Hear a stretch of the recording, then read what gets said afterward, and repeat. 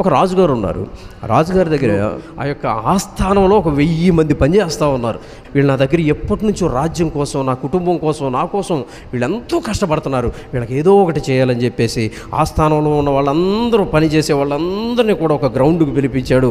అక్కడ అందరూ నిలబడిన తర్వాత మంత్రితో చెప్తూ ఉన్నాడు, మంత్రి వీళ్ళందరికీ ఏం కావాలో అడుగు, అది నేను వీళ్ళకి ఇవ్వబోతూ ఉన్నాను. వాళ్ళు అడిగింది ఏదైతే అది ఆస్థానంలో నుండి, కారాగారంలో నుండి, మొత్తం అంతా ధనాగారంలో నుండి ఏది కావాలంటే అది వాళ్ళకి ఇచ్చేయండి. రాజుగారు ఆ పక్క నుండి అందరిని పిలుస్తూ ఉన్నాడు. అలా సుబ్బారావు అన్నాడు, నీకేం కావాలంటే, అయ్యా నాకు ఎకరం భూ కావాలన్నాడు. అప్పారావు నీకేం కావాలి?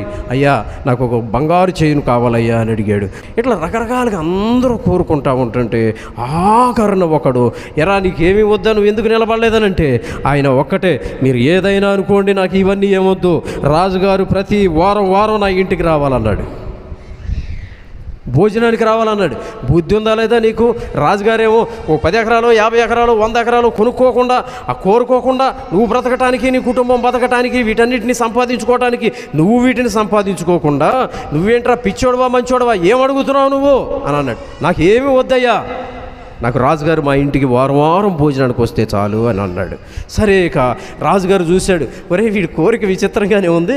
మొత్తం మీద రాజుగారు అన్నాడు, మంత్రి వాడిని అట్లా అనవద్దులే, వాడి చూద్దాం అసలు ఏంటి, ఎందుకు అడిగాడు ఏంటో అని చెప్పేసి వెంటనే రాజుగారు ఒప్పుకున్నాడు. రాజుగారికి అన్నీ తెలుసు కదండి, ఏం కోరుకున్నాడు, ఎందుకు కోరుకున్నాడు రాజుగారికి తెలుసు.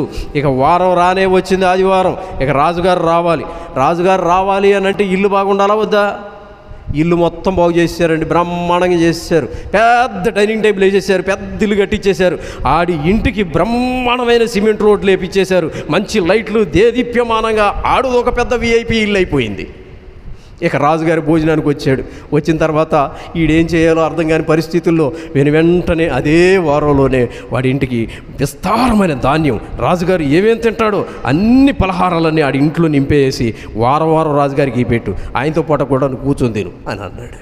చూడండి ఎంత వివేకం. ఇప్పుడు అర్థమైందా మీకు? ఆయన ఎవరిని కోరుకున్నాడు? దావీదు దేవుణ్ణి కోరుకున్నాడు, నా ఇంటికి రమ్మని. ఈ రోజున దేవుడిని కోరుకోవటం వలన ఆ ఇల్లు వ్యవస్థే మారిపోతుంది. ఈ రోజున చూడండి, రాజుగారిని కోరుకున్నాడు. ఇక రాజుగారు ఆ ఇంటికి రావాలని అంటే రథం వేసుకొని రావాలి, గుర్రాలు రావాలి ఆ ఇంటికి. వాడేమో పేదవాడు, పూరిల్లు. ఈ చిచ్చి పూరింట్లో రాజుగారు ఎందుకుంటాడని వాడి ఇల్లంతా పడగొట్టేసి పెద్ద ఇల్లు కట్టించారు. వచ్చేసింది ఆటోమేటిక్గా.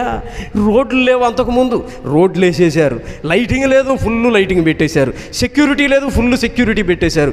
ఆహారం లేదు తినడానికి. ఇంట్లో ఒక 10 కేజీలు 20 కేజీల బియ్యం ఉండే, కానీ పెద్ద గోదాముల నిండా మొత్తం అంతా కూడా ధాన్యంతో నింపేశారు. ఈ రోజున చూడండి వాడు ఎంత వివేకంతో కోరుకున్నాడో.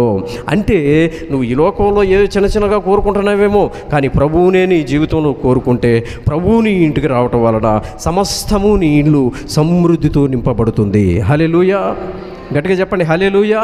అది వివేకం అని అంటే. యేసు ప్రభు ఎక్కడుంటే అక్కడ మేలు జరిగిందా? లాజర్ ఇంటికి వెళ్తే మరణించిన లాజర్ బయటకు వచ్చాడా? కుంటివాడి దగ్గరికి వెళ్తే కుంటివాడు బాగుపడ్డా?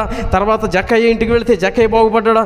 యేసు ప్రభు ఎక్కడుంటే అక్కడ ఆ కుటుంబం ఉన్నతమైన స్థాయిలో అభివృద్ధి చెందుతూ ఉంటుంది. ఆయన మహాచక్రవర్తి కనుక ఈరోజు నువ్వు ప్రభువును కోరుకోవాలి. ప్రభువును కోరుకోవాలంటే దానికంటే ముందుగా నీలో ఉన్న దోషాలని కడిగి వేసుకోవాలి. ఆ కడిగి వేసుకోవటం వాక్యం అనే ఉదక స్నానం చేత నువ్వు నీ యొక్క జీవితాన్ని కడిగి వేసుకొని పవిత్రుడిగా ప్రభు దగ్గర నిలబడి, అప్పుడు నాకు ఇది కావాలి ప్రభు అంటే దానికి ఏం కర్మ, నేనే వస్తాను ప్రభు. అలా ప్రభువు మిమ్మల్ని అందరినీ కూడా ఆరోగ్యాలతో, ఐశ్వర్యాలతో, అలాగే మంచి చదువులతో, మంచి ఉద్యోగాలతో, అప్పులు లేకుండా అప్పిచ్చేటట్లుగా, అనారోగ్యాలు లేకుండా ఆరోగ్యం ఇచ్చేటట్లుగా ప్రభువు మనల్ని అందరినీ దీవించునుగాక.